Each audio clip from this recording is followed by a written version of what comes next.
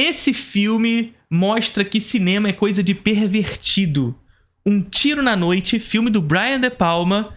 E mais uma vez a gente tá fazendo um react de um vídeo sobre isso. E dessa vez, Max Valarezo do Entreplanos. A gente já fez um react sobre esse filme aqui, conversando com o pessoal do Quadro em Branco. Mas o filme é tão gostoso, tão delícia. Aliás, Brian De Palma é tão delícia que a gente precisa retornar. A gente precisa voltar a Brian De Palma. Um dos meus diretores favoritos do cinema americano, eu tenho dito. Se não for o meu favorito. Então vamos falar de novo sobre esse filme? Então bora. Tá aí. Me diga, Max Valarezo, esse filme mostra que o cinema é coisa de pervertido. E eu já converso sobre isso com vocês inúmeras vezes. Já falei pra vocês sobre como e por que o cinéfilo, na verdade, é um safado. O cinéfilo é um safado e, sobretudo, um fofoqueiro. Porque, mantido sobre a sua condição, na sala escura, ele vê sem ser visto. Um mundo criado para ele, disposto ao seu espetáculo, se exibindo para ele. O espectador é um voyeur safado, fofoqueiro, que quer ver sem ser visto. E que, quando desafiado o seu voyeurismo, ele sente vergonha. É só você ver quando sua avó passa na sua frente, naquele momento, naquela cena de sexo, e tu já fica, que isso? Diminui. Desliga. Não tem jeito. Sua condição voyeur já foi violada. E você se envergonha. Vamos lá? Esse filme mostra que o cinema é coisa de pervertido. E o filme mostra mesmo. O filme mostra. Mostra como o cinéfilo é um pervertido.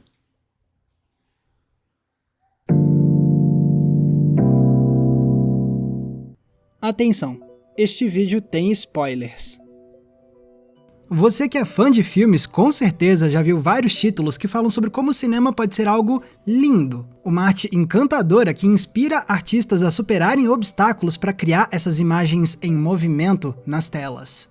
Claro, tem sempre espaço para comentários também sobre a busca pela fama e sobre o mundo das aparências, mas quase sempre isso é apresentado como algo que se desvia do verdadeiro propósito nobre de fazer filmes, que é deixar que artistas se expressem para encantar as pessoas na sala de cinema. Mas tem um... Sim, todos vocês aí. Se você tá no chat, é porque, por algum motivo, você gosta de cinema. E se tu gosta de cinema, tu é um safado. Tu é um fofoqueiro em primeira instância. Em segunda instância, é um safado. Não tem jeito. Filme que ousou ir numa direção diferente para falar do fazer cinematográfico. Um Tiro na Noite, de 1981 e dirigido por Brian De Palma. Porque aqui o diretor não fala que cinema é a arte dos nobres, dos inspirados, dos notáveis. Não, aqui ele fala que fazer cinema é coisa de gente pervertida. Sim, vocês são tudo tarado. Tudo taradão. Em Um Tiro na Noite. Olha isso, tá ligado? Ele tem... Essa cena de Um Tiro na Noite, não sei se vocês assistiram ao filme, mas essa cena do Tiro na Noite, ele tá captando alguns sons ambiente, porque ele é um cara que trabalha com som nos filmes. Então ele capta no cinema B, nos filmes B. E aí ele capta alguns sons da natureza, de vento, árvore batendo com vento, chuva e tudo mais. E aí nesse momento, ele vai pra rua pra captar alguns sons pra usar em alguns filmes. Tá ligado? E aí nesse momento, a gente vê que ele, como captador de som, ele se mantém numa distância segura para aquilo que ele capta o som. E ele não capta o som só das árvores, da coruja. Não. Ele passa a ouvir também, por exemplo, a conversa de um casal que tá dando aqueles dirty talks, sabe? Conversando coisas meio pervertidas. E ele não para de ouvir. Por quê? Porque mantido pela distância que ele está para o acontecimento, ele pode ver sem ser visto. E especificamente aqui, ouvir sem ser visto. E ele pode manter a sua segurança, portanto, de ouvir essas safadezas. Tá ligado? E esse é o espectador de cinema, que se mantém numa sala escura para ver o mundo que está disposto a ele, se exibindo para ele, sem ser visto. Saca? Essa cena aqui, que o Brian De Palma constrói, é uma cena voyeur. Só que ele muda um pouco, por exemplo, com relação a um outro filme chamado Blow Up. Esse filme aqui em inglês se chama Blowout, esse filme do Brian De Palma. E o outro, pelo qual ele está se inspirando aqui, se chama Blow Up. Em Blow Up, nós temos um fotógrafo que tira fotos de um casal brigando. Aqui, ele muda essa relação voyeur para um cara que está capturando sons. Mas, de maneira igual, se por um lado o fotógrafo ele vê através da câmera, aqui o personagem do John Travolta vê através do som. Lindo, lindo demais. Na noite, vemos John Travolta interpretar Jack Terry, um técnico de som numa produtora de filmes B. Certa vez, ele é encarregado de captar sons ambientes para serem usados nas produções da empresa. Mas enquanto ele faz isso na calada da noite, ele testemunha um acidente de carro. E ele imediatamente se joga na água para salvar quem estiver lá dentro. Só que ele nota que o motorista já está morto, então resta salvar a moça, que ainda tem uma chance de sobreviver. É um episódio traumatizante, claro, mas tudo fica pior a partir do dia seguinte, quando o Jack descobre que o motorista do carro era um candidato à presidência dos Estados Unidos. E agora ele vai se ver no meio de uma enorme rede... Olha os planos que o Brian De Palma constrói, olha só.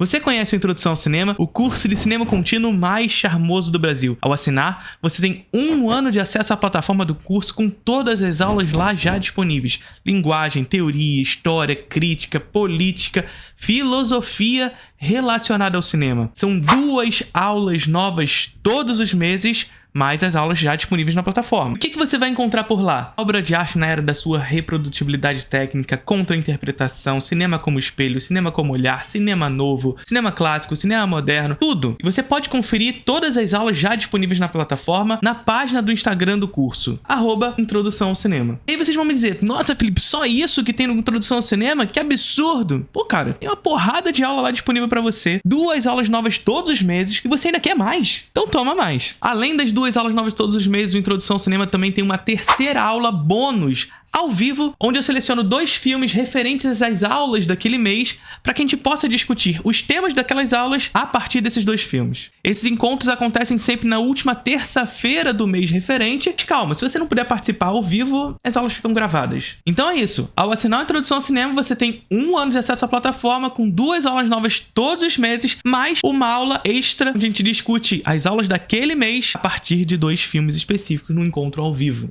Espero que curtam. Qualquer dúvida que vocês quiserem, vocês podem chegar no meu Instagram, perguntar tudo o que vocês quiserem sobre a Introdução ao Cinema. Mas o que eu posso garantir é que eu tenho certeza que você não vai se arrepender. Faça parte da Introdução ao Cinema.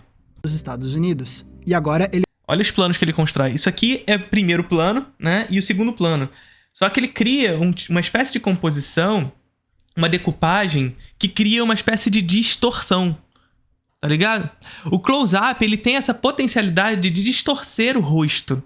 Porque o rosto ele se torna deforme na tela. Ele ocupa quase que a tela inteira, deformando a sua relação com o que está no entorno. Muitas vezes, inclusive, desespacializando o personagem.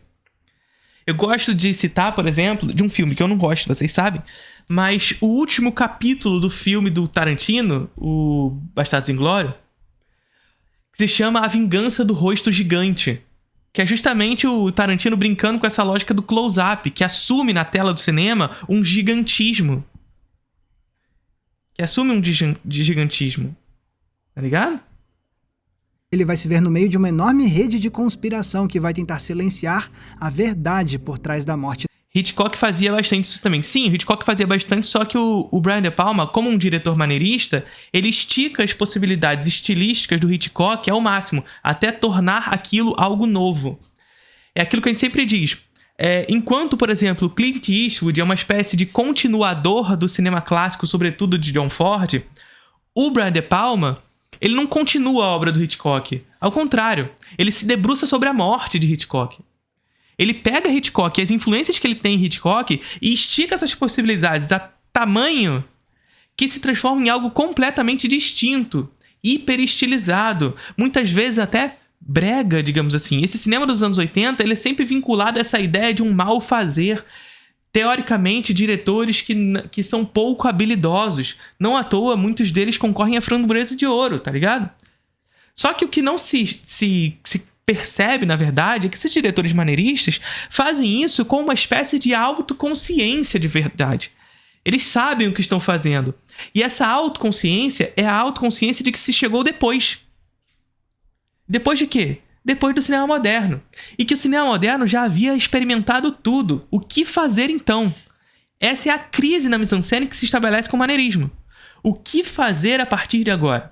Já que o cinema moderno já experimentou tudo, o que fazer?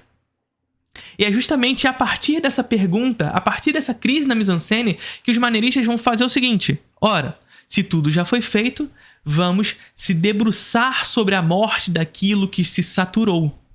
E ao se debruçar, esticar as possibilidades estilísticas ao máximo, até que, de Hitchcock ou do moderno, se construa algo novo, por cima dele, se debruçando sobre essa morte.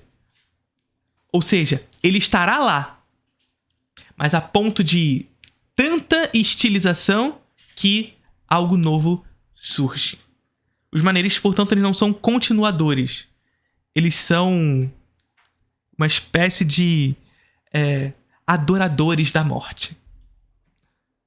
Tá ligado? E sabe onde tem aula sobre maneirismo? É claro, no curso de cinema mais charmoso do Brasil, o Introdução ao Cinema. Do político. Aliás, tudo fica ainda mais difícil quando descobrem que o Jack tem uma gravação do momento exato do acidente. E assim começa um jogo de gato e rato, com direito a investigações minuciosas, assassinatos e perseguições. Tá, mas o que isso tudo tem a ver com...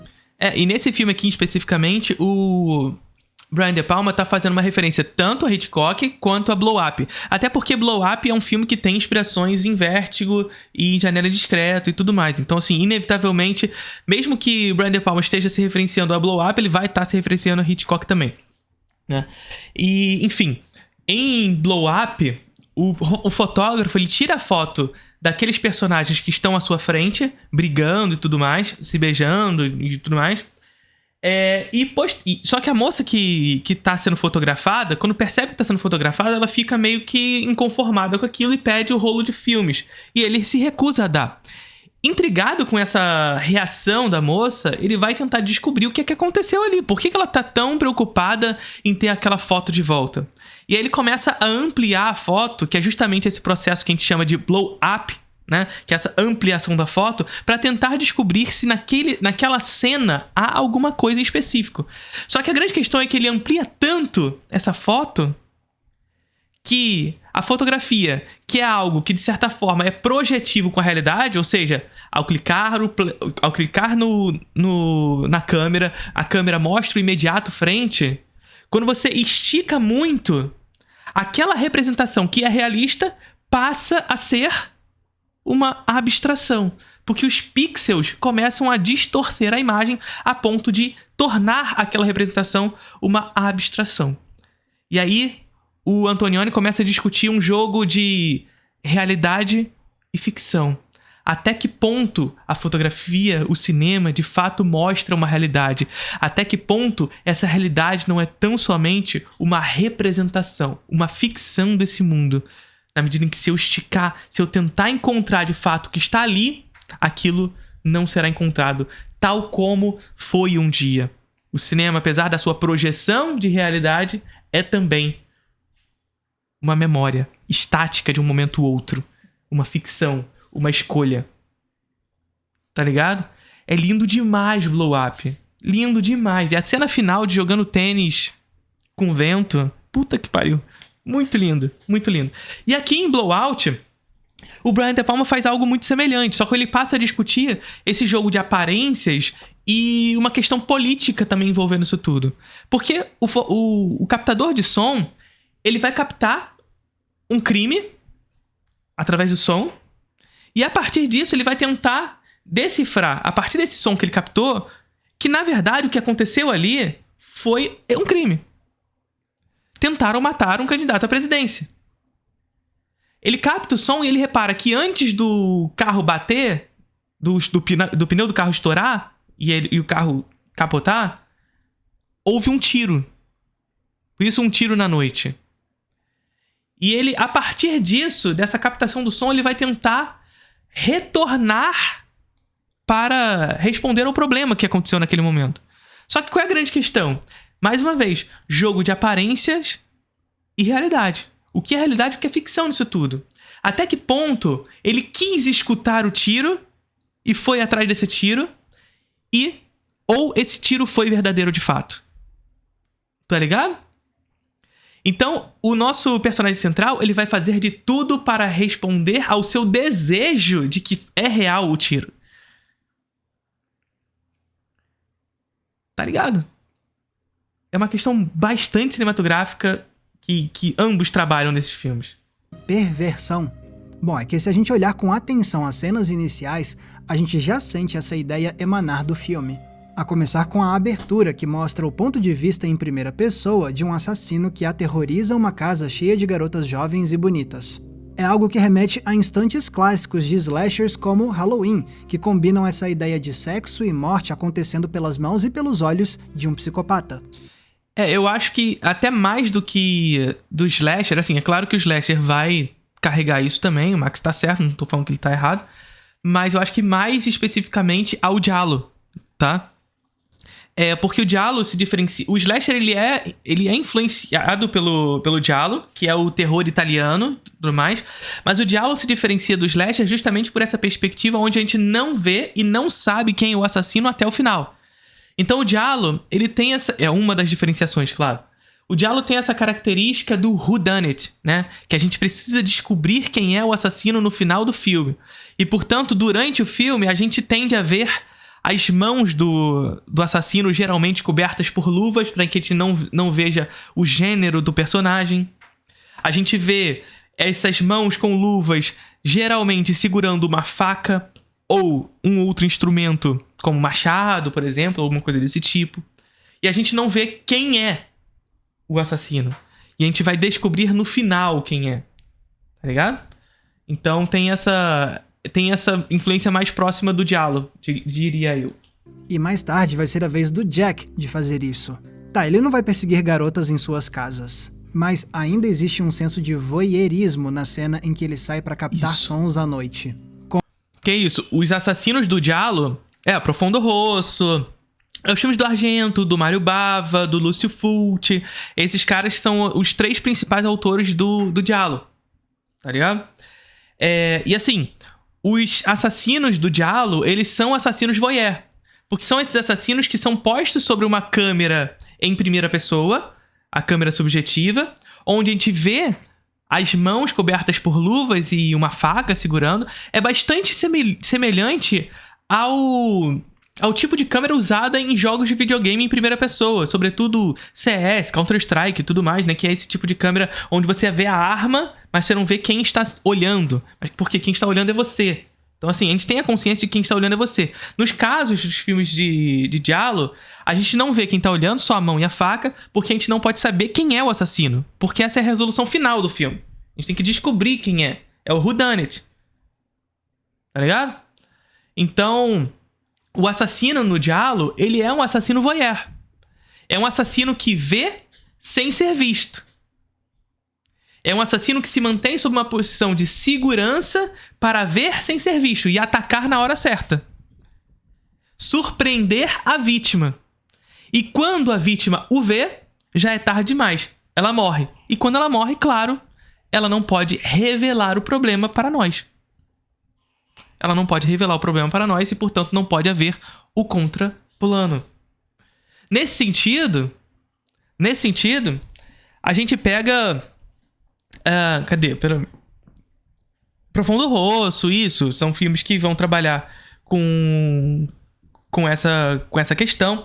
Mas, nesse sentido, especificamente, esse personagem em primeira pessoa do giallo, esse personagem que se mantém sob uma posição de segurança pela distância que ele se mantém pelo assassinado, ele também é um personagem que, por estar com essa câmera em primeira pessoa e a gente não vê-lo, o diretor acaba também nos posicionando como uma testemunha ocular do acontecimento.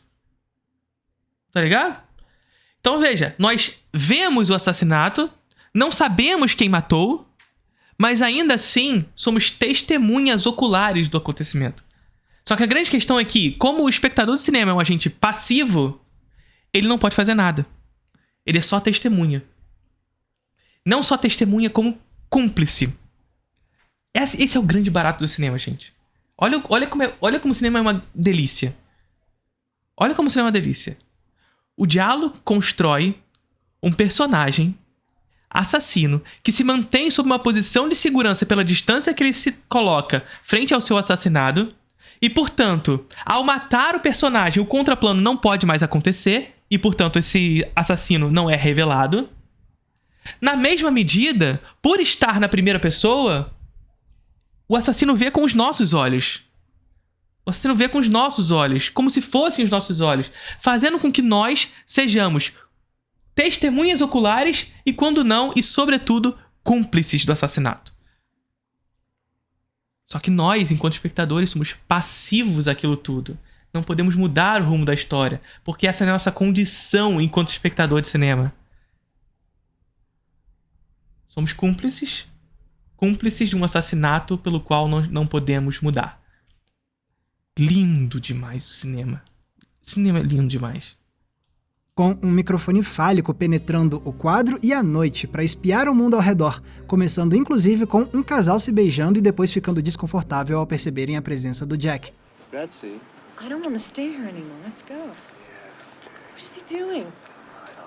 E depois, a intrusão do Jack vai ser redirecionada... Percebe? Quando eles percebem que estão sendo vistos, eles querem ir embora. Mas ele já tá mantido sob essa condição de segurança pela distância. A outros pontos, captando o vento, o barulho de uma coruja, o barulho de um sapo. Nesse instante, o De Palma desacelera a ação como quem sente desejo em captar os sons ao redor. Como quem tem prazer em ficar oculto nas sombras, ouvindo o que tudo e todos têm a dizer, sem que saibam que ele está lá. E é verdade, essa ideia do voyeurismo não era novidade nenhuma no cinema, porque aqui o De Palma dá continuidade a uma longa tradição de filmes que exploram a experiência. Esse é o Blow Up que eu tava falando com vocês. Que é o filme que provavelmente mais inspirou... Provavelmente não, com certeza, até pelo nome.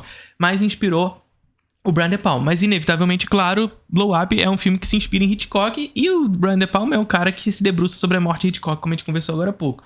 Então, o voyeurismo, ele é parte integrante do cinema, de certa forma. A grande questão é que o Hitchcock, ele retrabalha esse voyeurismo de tal maneira que cria uma espécie de matriz para esse cinema moderno dali por diante. O voyeurismo vai ganhar outros contornos a partir de Hitchcock. E tem aula sobre o voyeurismo hitchcockiano e o espetáculo voyeurismo hitchcockiano aonde? No Introdução ao Cinema. Uma aula só sobre Vértigo, onde eu falo por que Vértigo é o filme mais importante da história do cinema a partir da espetacularização do olhar em Vértigo. Experiência cinematográfica como um ato de olhos devassos. Percebe? Olha, essa cena de Psicose, eu vou parar várias vezes, gente.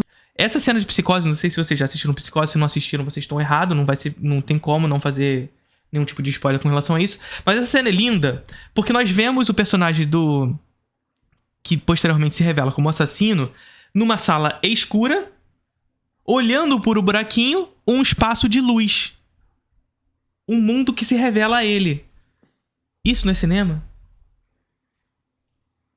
Só que a grande questão que o Hitchcock faz aqui, ele faz aqui em Psicose e ele faz também em Vértigo. Em Vértigo, naquela cena onde ele abre a porta da floricultura, que é justamente a cena que eu trabalho no curso, no Introdução ao Cinema. Que aqui, mais do que cinema, nós estamos falando do cinematógrafo. Que é justamente um lugar pelo qual o espectador, ele não tem uma experiência coletiva. E, portanto, ele bota o olho nessa máquina para ver um espetáculo criado somente para ele. Um espetáculo exclusivo. E o que Hitchcock faz aqui é justamente isso. Colocar seus personagens numa zona escura para ver um mundo sem ser visto, mas um mundo criado para ele. E grande barato nisso aqui é sempre perceber que é criado para ele. Quem vê é sempre um personagem masculino. E por assim dizer, o prazer histórico do olhar no cinema é masculino. Porque quem vê, quem detém consigo o voyeurismo, possui consigo também uma hierarquia no olhar. Hierarquia é essa que entrega a quem vê o poder, mas, sobretudo, o prazer. Tem uma aula no Introdução ao Cinema sobre cinema como olhar, que eu trabalho essa questão da escopofilia, o prazer no olhar, que historicamente é masculino. Cinematográfica como um ato de olhos devassos. Títulos como A Tortura do Medo, que foi pioneiro nessa ideia de mostrar o ponto de vista de um assassino que mata mulheres bonitas. Muito bom. Ou então os longas italianos do gênero giallo, que muito trabalhavam essa visão voyeurista. Tem também os filmes do... Que, inclusive, esse mesmo que eu ia falar. 6 Mulheres para o Assassino, do Mário Bava. Vai ser um filme que vai ser muito inspirado no filme do Powell, que foi citado anteriormente. ídolo do De Pippin Palma, o Alfred Hitchcock, como Psicose e, principalmente, Janela Indiscreta, talvez o filme voyeurista por excelência. E não tem como deixar... E Vértigo. Vértigo, que é aquilo. Na década de 50, o Hitchcock faz 2 filmes teoria, né? Janela Indiscreta e Vértigo. Janela Indiscreta é uma espécie de prelúdio para Vértigo. É uma espécie de experimentação para Vértigo. de mencionar também Blow Up, Depois daquele Beijo, de Michelangelo Antonioni, porque esse foi o título que serviu de inspiração para Um Tiro na Noite. Nele, um fotógrafo vai ao parque registrar um dia como qualquer outro, mas depois ele descobre que talvez ele tenha acidentalmente fotografado o momento de um assassinato. E por meio da câmera do protagonista, Antonioni explora o fascínio de quem se sente protegido por trás. Olha lá, essa é uma questão que é muito trabalhada na fotografia mesmo, tá? Nos artigos de fotografia. O que significa esse blow-up? Essa ampliação? Tá ligado? O que significa isso? Essa capacidade de se reproduzir que as obras de arte da era da reprodutibilidade técnica têm. Sabe que eu falo sempre isso com vocês? Ao fotografar uma escultura, por exemplo, você tem a capacidade de ampliar ela e ver seus detalhes. Mas aí, quando você faz isso, o quanto da unicidade da escultura se permanece? Vocês estão entendendo o que eu tô falando? Quando você fotografa determinada obra, e a partir dessa foto, você pode ampliar ela, o quanto da obra original permanece?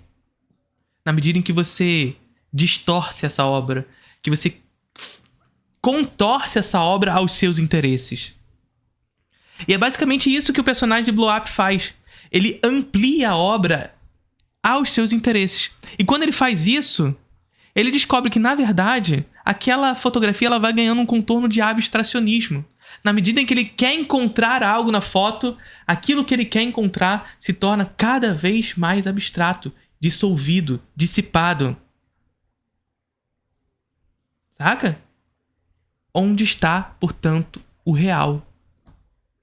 Atrás das lentes para espiar os outros. Mas além disso, essa ideia também não era novidade nenhuma no próprio cinema do Brian De Palma, que já tinha explorado o voyeurismo em títulos anteriores dele, como Irmãs Diabólicas ou então Vestida para Matar. Mas em Um Tiro na Noite ele parece ter levado isso a outro patamar. Primeiro porque ele foge da tradição de representar o voyeurismo por meio da câmera, e em vez disso troca pelo som. Afinal, escutar os outros pode ser tão intrusivo quanto ficar espiando eles. E segundo que o De Palma puxou essa imoralidade, entre aspas, para o cinema em si. Nos clássicos que vieram antes, essas espiadas eram principalmente feitas a olho nu ou por fotógrafos, mas o De Palma decide fazer o seu voyeur ser especificamente um profissional do cinema. E isso é muito importante. Porque nos filmes de antes existia uma certa discrição na hora de apontar que a experiência do cinema é essencialmente voyeurista. Quando Hitchcock coloca a gente pra espiar os vizinhos do Jeff junto dele, o diretor tá discretamente mostrando que não é só o protagonista que é bisbilhoteiro.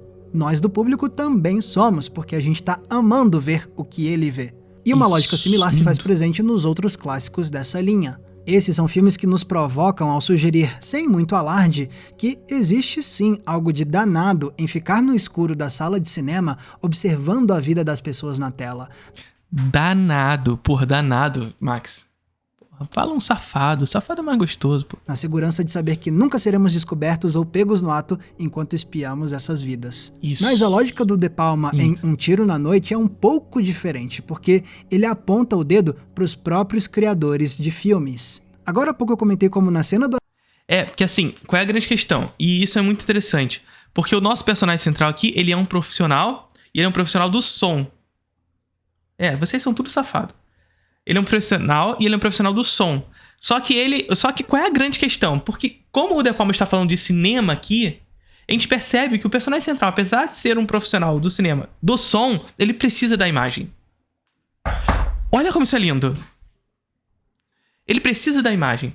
E, portanto, quando ele captura o som e ele descobre, ou pelo menos acredita, ter um som de tiro antes do carro perder o controle, ele imediatamente vai atrás das fotografias do momento do acontecimento. E dessas fotografias do acontecimento, ele coloca elas lado a lado para criar movimento. Para juntar as fotografias em movimento com o som que ele captou. Para criar filme. O que o De Palma está falando aqui pra gente? Som no cinema é imagem. E a mixagem de som com muito fascínio, não é? Quase como se fosse um precursor da onda de vídeos de ASMR na internet, que fazem tanto sucesso ao explorar a possibilidade de prazer sensorial auditivo com os mais diversos sons. Mas não é só isso. Porque o De Palma também cria imagens deslumbrantes nessa cena. A fotografia escura que traz o senso de espião oculto na noite, o uso do foco dividido para criar quadros que dão um nó na cabeça, os planos detalhe, a montagem paciente, tudo é feito para deixar o voyeurismo sonoro parecer um ato da mais pura beleza. E assim o De Palma... Mas percebe que o voyeurismo sonoro precisa do artifício da imagem? Continua explorando esse tema de formas diferentes ao longo do filme. Por exemplo, quando o Jack quer relembrar o acidente, ele utiliza a gravação que ele tinha feito daquela noite e, mais uma vez, utiliza um objeto fálico como quem quer conduzir com muito poder. Mas agora ele está mais seguro e mais distante ainda do cenário que ele espia, iluminado por uma luz vermelha como quem arde de desejo com essa possibilidade. Mais tarde, a gente vê os instantes em que o Jack fica obcecado para construir um filme do acidente, combinando a gravação de som que ele tinha feito e uma série de fotos que captaram o instante em que o carro caiu na água. É isso que eu falei agora. O De Palma esmiuça a manipulação dos registros não é nem com fascínio, é com tesão mesmo. Os close-ups extremos, as carícias do Jack nas fitas para depois comandá-las com gestos fortes. Tem até direito ao cigarro depois da transa. O De Palma traz um olhar de desejo para representar o ato de gravar o mundo para depois reconstruí-lo num cantinho escondido. É o prazer. É o prazer no olhar que a gente estava falando. É escopofilia. É um texto da Laura Mulvey. Prazer visual e o cinema narrativo. Leiam esse texto e assistam a aula de introdução ao cinema, cinema como olhar. E eu pretendo em breve trazer uma aula sobre esse texto da Laura Mulvey com vocês. Lá no Introdução ao Cinema. Até aqui, a imoralidade cinematográfica, entre aspas, ainda é algo seguro. Só que depois o De Palma vai elevar isso para outro nível, porque a gente descobre que existe um assassino e ele quer matar a Sally, já que ela poderia expor para o mundo todo que o político assassinado traía a esposa com diferentes mulheres. Mas para despistar a polícia, o assassino decide matar outras vítimas para dar a impressão de que existe um serial killer à solta. E quando a morte começa a rondar as vítimas, o De Palma faz questão de criar mais imagens afetadas. Vemos mais vezes o uso do foco dividido, vemos mais cores expressivas, mais movimentos de câmera bem intensos, até que essa lógica culmina num clímax com a morte da Sally no final, que é encenada não com sobriedade, mas sim com júbilo visual, sob as cores dos fogos de artifício e com uma câmera que gira graciosamente em volta dos protagonistas. Como em Vértigo, né? A cena do beijo em Vértigo. Muitos de nós poderiam olhar para isso e pensar, nossa, que horror, como pode o diretor pegar algo tão terrível como a morte e transformar isso num espetáculo deslumbrante? Tem algo de errado aí. E para essa acusação, o filme responde, sim, tem mesmo. O De Palma não nega que há algo perturbador em fazer filmes assim. Por exemplo, lembra a abertura que eu comentei com o assassino em primeira pessoa? Logo depois a gente descobre que aquilo era um filme slasher no qual o Jack estava trabalhando. E num primeiro momento pode parecer que o De Palma está dizendo que filmes que fazem cenas assim, apelativas e voyeuristas, são algo de menor qualidade, já que ele deixa bem claro que essa... Porque sempre foram consideradas assim. Essa é uma produtora focada em filmes apelativos para ganhar dinheiro. O próprio giallo, que é o gênero italiano de terror que eu tava conversando com vocês lá no início, é um gênero que vai ser inspirado num tipo de literatura B também. Um tipo de literatura justamente de revistas amarelas que se vendia em jornaleiros na Itália, tá ligado? E essas revistas amarelas, por isso o giallo é amarelo, tá ligado? E aí, enfim, já carrega consigo, portanto, esse artifício de uma arte menos valorizada, de menos valor. Esse voyeurismo carrega esse lugar de menos valor. Por quê? Porque o voyeurismo viola o espectador. Mas adivinha o que o próprio De Palma vai fazer lá na frente? Ele vai aplicar exatamente as mesmas técnicas usadas pelo suposto filme ruim. Quando chega a hora do assassino do De Palma perseguir as suas vítimas, o diretor também vai usar o ponto de vista em primeira pessoa para perseguir as mulheres. O recado do De Palma, então, é bem claro. É como se ele estivesse dizendo: eu sou exatamente como aqueles dodóis da produtora apelativa. E essa confissão vai retornar de forma chocante com a cena final do filme. Depois que o Jack vê a Sally morrer nos seus braços, ele tenta voltar à rotina. Mas durante o luto, ele fica obcecado com um som tenebroso. Os gritos finais de desespero da Sally antes de morrer, que ele conseguiu captar porque ela estava usando uma escuta no momento da morte. E ele fica ouvindo e ouvindo a Sally morrer, uma e outra vez, numa obsessão auditiva mórbida. E isso já seria um final assustador para o personagem. Mas depois, piora. Porque o Jack lembra que a principal tarefa que ele tinha na produtora naquele momento era o de achar um bom som de grito para ser usado numa cena do novo filme de terror arrepia deles. demais. E depois de testar diferentes dubladoras sem sucesso e de achar que essa era uma causa perdida, o Jack percebe que agora ele tem sim um som para colocar no filme. O grito real da Sally logo antes de morrer. Tá ligado? Nossa senhora, isso arrepia, dá vontade de chorar, cara. Isso dá vontade de chorar. Olha só a construção do filme. O filme começa nos mostrando que se trata de um profissional que capta sons para filmes B. E ele tá em busca de um grito para o filme, só que ele não consegue encontrar esse grito. E aí, por conta de todos os acontecimentos do filme, ele encontra o grito. O grito de uma morte real. Nossa senhora. E é exatamente isso que vai parar no produto final. A morte da amada vira entretenimento. E com esse desfecho, o De Palma arremata de vez a sua confissão, a de que cinema é coisa de gente depravada. Cinema é coisa de depravada. E a galera da verdadeira arte não consegue assumir isso. Essa que é a grande questão. E que por isso que esses filmes do giallo, do slasher, de De Palma, muitas vezes são colocados em artes de menos valor. Pela não compreensão, pela não consciência de que o cinema carrega consigo esse depravamento. Mas veja bem, o De Palma não tá falando somente de quem faz os filmes.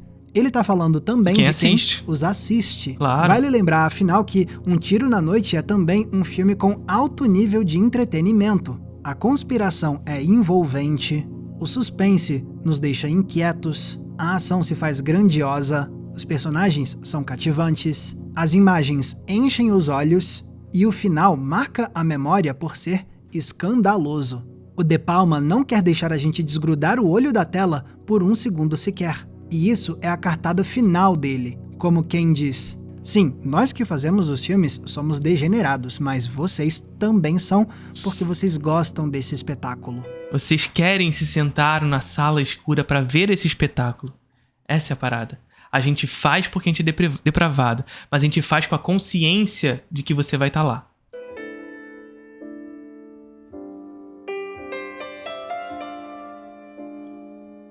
Vendo isso tudo, pode ser que você discorde das ideias do diretor. Pode ser que você não consiga enxergar o fazer e o ver cinematográfico como coisa de gente depravada. E tudo bem, você não precisa concordar. Basta enxergar que essa é a visão que o De Palma quis trazer com Um Tiro na Noite e que ele soube expressar Não, mas não tem como não concordar, pelo amor de Deus, Marcos. Não é nessa não também. Não tem como não concordar. esse sentimento com enorme maestria. O resultado é um dos filmes de suspense mais únicos que eu já vi. Um que não só diverte e choca, mas que também traz um discurso muito diferente sobre o que é a arte do cinema.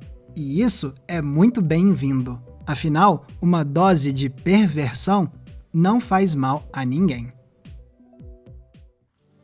Galera, muito obrigado por terem conferido o episódio de hoje. E se vocês querem ajudar a manter o Entre Planos no ar, vocês têm algumas opções. A primeira é Ajudem esse safado aí também, tá? Cinéfilo é safado. Então, Max também é safado. Não adianta manter essa cara de bom moço, não. Ajudem esse safado. E ajuda essa live aqui também. Ajuda essa live. Seja membro aqui. o botão de valeu demais que tá aqui embaixo do vídeo, porque ele é tipo uma gorjeta que você deixa pra gente nesse vídeo específico. Mas se quiser ajudar a gente todos os meses, deixa você like pode entrar nesse na vídeo. nossa comunidade de apoiadores do Entre Planos, e aí você vai ganhar acesso a conteúdos e eventos exclusivos que eu preparo para esse pessoal. Tem recomendação de filme toda semana no inbox do seu e-mail, grupo fechado, lives exclusivas pra gente trocar uma ideia e também o nosso Cineclube Entre Planos pra gente debater um filme por mês juntos via videoconferência. Para ter acesso a isso tudo e fazer parte da comunidade de apoiadores, é só clicar no link que tá aqui embaixo na descrição. Lembrando também que se quiserem me acompanhar nas redes sociais, é muito fácil, basta vocês me procurarem usando os nomes... É isso, Um Tiro na Noite. Filme lindo, assistam Um Tiro na Noite. Assistam Um Tiro na Noite, filme maravilhoso. Agora, se você quer ter acesso a conteúdos exclusivos dessa live aqui, seja membro. Aquele vídeo ali, por exemplo, é um vídeo exclusivo. Curtiram o vídeo?